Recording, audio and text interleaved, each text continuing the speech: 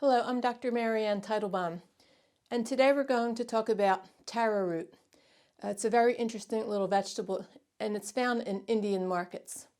And in the Indian markets, it's known as arbi. It has little fibers on the outside of it that are kind of like a coconut, but it's easy to peel, and on the inside, it looks and tastes also like a white potato.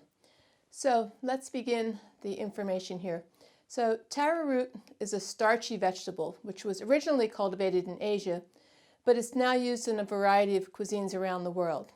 And again, it tastes almost exactly like a white potato when cooked, and it's a healthier alternative than the white potato, which is a nightshade vegetable containing compounds like nicotine, atropine, and solanine, all of which are bad for our health. So it's good to learn about some of the many health benefits of taro root. But before I get to that, I want to share that taro root should never be consumed raw. It contains a bitter-tasting compound called calcium oxalate, which can cause an itchy mouth and throat when consumed raw, but it's safe to eat when it's cooked. And this is yet another example of what the ancient doctors meant when they stated that some vegetables had some problems associated with them, which would go away once they were cooked. We now know, for example, that kale, for instance, contains goitrogens, which depress the thyroid gland, but 60% of that evaporates out when it's cooked. And spinach and other green leafy vegetables like Swiss chard, kale, and collard greens contain oxalates, which could cause kidney stones, but about 60% of them also evaporate out when they're cooked. So taro root is very versatile, and it can be used in recipes which call for white potatoes. And in fact, they can even be made into fries.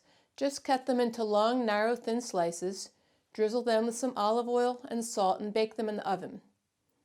They can also be used to thicken vegetable soups. Once pureed in the soup, the broth becomes slightly thick and velvety.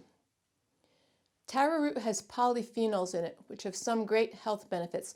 Among them is the capability of preventing certain types of cancer cells from growing. Plus, the taro root contains quercetin, which also prevents tumor growth. And taro root contains more than 160% of your minimum daily requirement of vitamin A, which also prevents the growth of cancer cells, and at the same time it clears the complexion. Vitamin A is very good for the skin. It can even prevent skin damage caused by sun exposure and air pollution.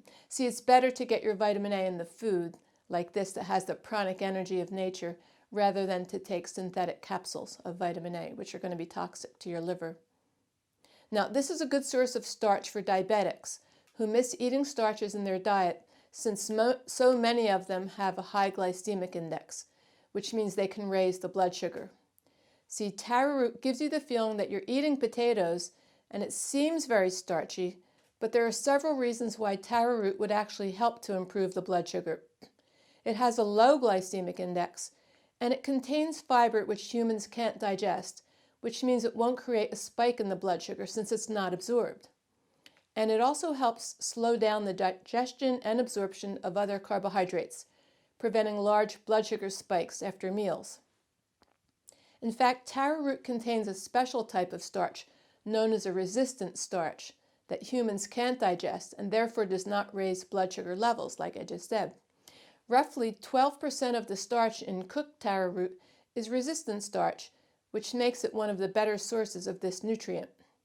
Now, this combination of resistant starch and fiber makes taro root a good carbohydrate option, especially for people with diabetes. Let's take a detour here and talk a little bit about resistant starches, since they're making lots of headlines nowadays, and they're talked about in so many blogs and podcasts. Most of the carbohydrates in your diet are starches. Starches are long chains of glucose that are found in grains, potatoes, and some other foods. But not all of the starch you eat gets digested. Sometimes a small part of it passes through your digestive tract unchanged. In other words, it's resistant to digestion, which is why it's called a resistant starch. It can actually make its way past your stomach and small intestines, eventually reaching your colon, which is the large intestine, where it feeds your friendly gut bacteria. Now, the bacteria in your intestines, the gut flora, outnumber the body cells 10 to 1. So you can think of it like this. Most of the food you eat nourishes 10% of your body, But the resistant starches and other fermentable fibers or soluble fibers, they feed the other 90% of your body in the gut. And even more important, when the bacteria in your gut digest the resistant starches, they form several compounds including butyrate. If you recall from some of my other videos, butyrate is the preferred fuel of the cells that line your colon. And yet, one more time, I'll make a quick reference to ghee, the most beloved fat used all throughout Ayurveda. Ghee contains more butyrate than just about any food on the planet. But I digress. Let's go back to taro root and its numerous health benefits. Many studies in humans now show that resistant starch can have other powerful health benefits than those just mentioned. This includes increased insulin sensitivity, which is the responsiveness of your body's cells to the insulin that you make, resulting in lower blood sugar levels after meals and reduced appetite because the food stays in your stomach longer, making it easier to lose weight. Now, in my practice, we also use taro root during our spring and fall cleanses. As we cleanse and pull the toxins out of the deeper tissues, we want to bind them and direct them out into the bowel movement.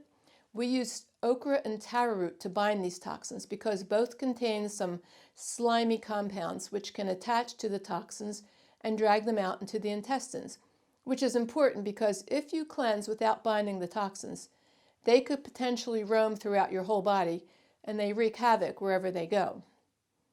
And finally, for the multitudes following a low-carb or a keto-based diet, not that I recommend it, but at least here you have the feeling of eating a starch, but the type of starch taro supplies would definitely be indicated in any of these two diets. So I hope you try to incorporate taro root into your diet, especially if you're avoiding the nightshade vegetables and are missing the potatoes, or if you're afraid to eat too many starchy foods due to your diabetes or your restrictive low-carb or keto diets. Taro root will definitely come to the rescue in all of these situations. And don't forget to eat them during your spring and fall cleanses to bind the toxins that you're pulling out of the deeper tissues. I hope you found this information beneficial as you strive to improve your health. Thank you.